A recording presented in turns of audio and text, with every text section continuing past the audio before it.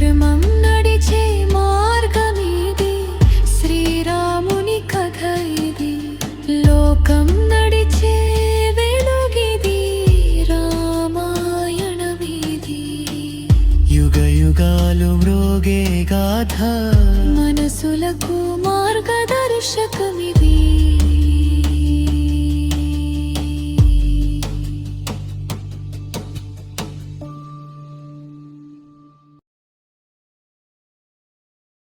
అప్పుడు సుగ్రీవుడు అన్నాడు, మనన్ని బ్రహ్మాస్త్ర బంధనం చేసి వెళ్ళిన ఇంద్రజిత్కి బుద్ధి రావాలి. అందుకని మీరందరూ ఒకసారి ఎగరి లంకలోకి దూరిపోండి, కాగడాలు పట్టుకుని లంకనంతా కాల్చేయండి అన్నాడు. సుగ్రీవుడు అలా అనంగానే ఇన్ని కోట్ల వానరాలు లంక యొక్క అంతఃపురాలమీద పడిపోయి రావణ అంతఃపురంతో సహా అన్ని ఇళ్లని అగ్నికి ఆహుతి చేశారు. ఆ ఇళ్లల్లో ఉన్న రకరకాల వస్త్రాలు, బంగారు పాత్రలు, ముత్యాలు, రత్నాలు మొదలైనవన్నీ కాలిపోయాయి.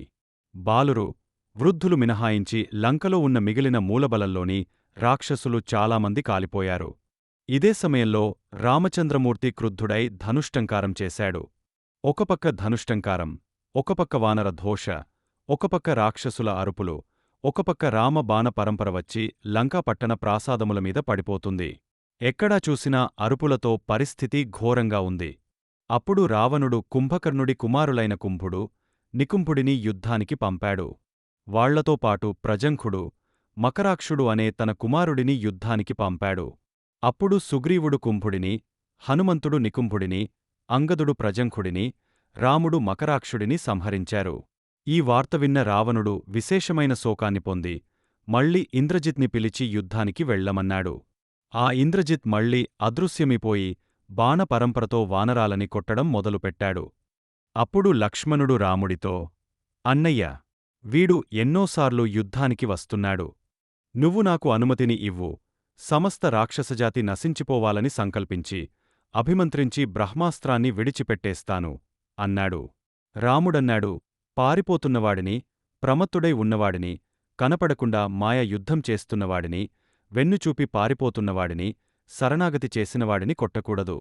పైగా బ్రహ్మాస్త్రం వేస్తే సమస్త భూమండలం క్షోభిస్తుంది. అందుకని ఒక్కడిని సంహరించడం కోసం అలాంటి అస్త్ర ప్రయోగం చేయకూడదు. మనం అదును చూసి, వాడు ఎటువైపు తిరుగుతున్నాడో, బాణాలు ఎటువైపు నుండి వస్తున్నాయో చాలా నిశితంగా పరిశీలించు. ఇవ్వాళ వాడు ఎక్కడో అక్కడ దొరకకపోడు. అప్పుడు తీవ్రమైన వేగం కలిగిన బాణములతో ఇంద్రజిత్ని కొట్టి భూమిమీద పడేస్తాను. లక్ష్మణా, ఇది నా ప్రతిజ్ఞ అన్నాడు. రాముడి మాటలను విన్న ఇంద్రజిత్ అనుకున్నాడు, ఈ రామలక్ష్మణులు నన్ను కనిపెట్టి కొట్టడానికి సిద్ధపడుతున్నారు. కాబట్టి నేను ఏదో ఒక మోసం చేసి రామలక్ష్మణుల దృష్టిని నానుంచి మరల్చాలి అనుకుని ఆలోచించాడు. అప్పుడాయన వెంటనే సీతమ్మని మాయచేత సృష్టించి తన రథంలో కూర్చోపెట్టాడు. ఆయనకి ఎదురుగా హనుమంతుడు ఒక పర్వతాన్ని పట్టుకొని వస్తున్నాడు. అప్పుడా ఇంద్రజిత్ తన రథంలో ఉన్న మాయాసీత చెంపలమీద ఎడాపెడా కొట్టాడు. వాడు అలా కొడుతుంటే ఆవిడ, హా రామ, హా రామ అని ఏడుస్తోంది. అలా ఏడుస్తున్న సీతమ్మని చూసిన హనుమంతుడు తట్టుకోలేక ఆ పర్వతాన్ని కిందపడేసి, ఏడుస్తూ, దుర్మార్గుడా, ఆమె మహాపతివ్రత, రామకాంత, సీతమ్మని అలా కొడతావా, నాశనమిపోతావురా నువ్వు, నేను, సుగ్రీవుడు నిన్ను విడిచిపెట్టము, నీ శరస్సు గిల్లేస్తాను, సీతమ్మని వదులు అని హనుమంతుడు బాధతో ఏడుస్తూ అరిచాడు. అప్పుడు ఇంద్రజిత్ అన్నాడు, ఆమె స్త్రీ కావచ్చు, ఇంకొకరు కావచ్చు, ఈమెని మాత్రం నేను విడిచిపెట్టను అని చెప్పి ఒక ఖడ్గాన్ని తీసుకుని ఆమె శరీరాన్ని చీరేశాడు. అప్పుడా మాయా సీత మరణించి ఆ రథంలో పడిపోయింది. తరువాత ఇంద్రజిత్ ఆ రథంతో వెళ్ళిపోయాడు. ఎప్పుడైతే సీతమ్మ పడిపోయిందో అప్పుడు హనుమంతుడు యుద్ధం మానేసి, ఏడుస్తూ, పెద్ద పెద్ద కేకలు వేస్తూ, ఇంకా ఈ యుద్ధం ఎవరికోసం చేస్తారురా? ఏ తల్లిని రక్షించడానికి యుద్ధానికి వచ్చామో ఆ తల్లిని సంహరించాడు. ఇంక నేను యుద్ధం చెయ్యను అని ఏడుస్తూ రాముడి దగ్గరికి వెళ్ళి, రామ, దుర్మార్గుడైన ఇంద్రజిత్ వానరులందరూ చూస్తుండగా సీతమ్మని తీసుకొచ్చి సంహరించి తీసుకెళ్ళిపోయాడు. ఇంక సీతమ్మ లేదు అని చెప్పాడు. ఈ మాటలు విన్న రాముడు మూర్ఛపోయి కిందపడిపోయాడు. తరువాత వాళ్లు రాముడి ముఖంమీద కొన్ని నీళ్లు పోసి ఆయనని లేపారు. అప్పుడు లక్ష్మణుడు అన్నాడు, అన్నయ్యా, నువ్వు ధర్మము ధర్మము ధర్మము అని ఇన్నాళ్లు పట్టుకు తిరిగావు. ఆ ధర్మం నీకు ఏ ఫలితాన్ని ఇచ్చింది? నువ్వు పట్టుకున్న ధర్మం వల్ల రాజ్యభ్రష్టుడివి అయ్యావు. నువ్వు పట్టుకున్న ధర్మం వల్ల తండ్రిగారు మరణించారు. నువ్వు పట్టుకున్న ధర్మం వల్ల సీతమ్మ అపహరింపబడింది. నువ్వు పట్టుకున్న ధర్మం వల్ల జటాయువు మరణించాడు. నువ్వు పట్టుకున్న ధర్మం వల్ల 14 సంవత్సరాలుగా అరణ్యాలలో తిరుగుతున్నావు. ధర్మాన్ని విడిచిపెట్టిన రావణుడు అంతఃపురంలో కులుకుతున్నాడు. సంతోషంగా జీవితాన్ని గడుపుతున్నాడు. అధర్మంతో ఉన్నవాడు అంత సంతోషంగా ఉన్నాడు. ధర్మంతో ఉన్న నువ్వు ఇంత కష్టంలో ఉన్నావు. ఇంకా ధర్మము అని ఎందుకంటావు అన్నయ్యా? ఆ ధర్మాన్ని విడిచిపెట్టు. మనం కూడా అధర్మాన్నే స్వీకరిద్దాము అన్నాడు. వెంటనే విభీషణుడు పరుగున వచ్చి, ఎంతమాటన్నావు లక్ష్మణా? సీతమ్మని ఇంద్రజిత్ సంహరిస్తే రావణుడు ఊరుకుంటాడనుకున్నావా? ఎంతోమంది చెప్పినా సీతమ్మని విడిచిపెట్టనివాడు ఇంద్రజిత్ సీతమ్మని చంపితే ఊరుకుంటాడా? ఆ ఇంద్రజిత్ మహామాయావి. మీరు అంతలోనే వాడి మాయ మరిచిపోయారు. వాడు మాయా సీతని సంహరించి తీసుకుపోయాడు.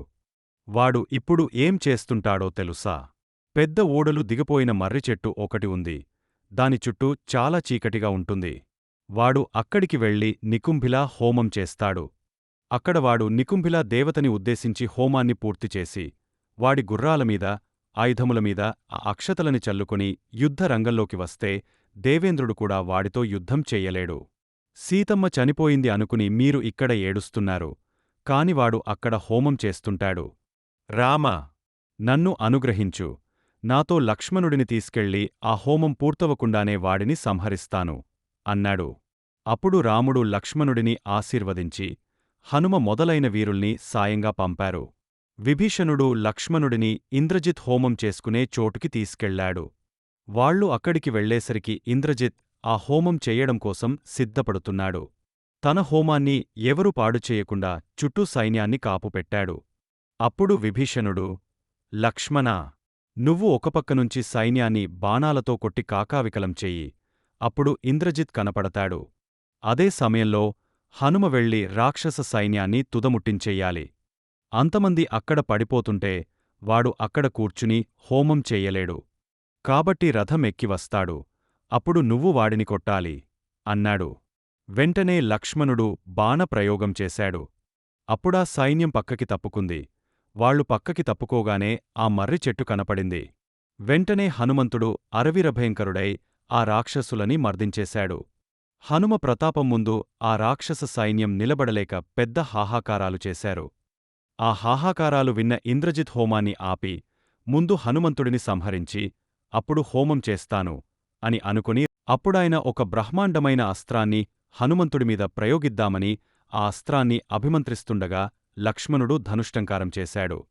ఆ టంకారానికి ఇంద్రజిత్ లక్ష్మణుడి వైపు చూశాడు. ఇద్దరూ ఒకరిని ఒకరు బాణాలతో కొట్టుకున్నారు. అప్పుడు ఇంద్రజిత్కి లక్ష్మణుడికి ఘోరమైన యుద్ధం జరిగింది. అప్పుడు లక్ష్మణుడు 2 కోరలు కలిగిన సర్పంలాంటి ఒక బాణాన్ని తీసి వింటినారికి తొడిగి, మా అన్న రాముడు ధర్మాత్ముడైతే, సత్యసంధుడైతే, దశరథుడి కొడుకే అయితే, పౌరుషమున్నవాడే అయితే నా ఎదురుగా నిలబడిన ప్రతిద్వంది అయిన ఇంద్రజిత్ నిగ్రహింపబడుగాక అని బాణప్రయోగం చేశాడు. ఆ బాణం వెళ్ళి తగలగానే ఆయన శిరస్సు శరీరం నుండి విడిపోయి కింద పడిపోయింది. ఇంద్రజిత్ మరణించాడు.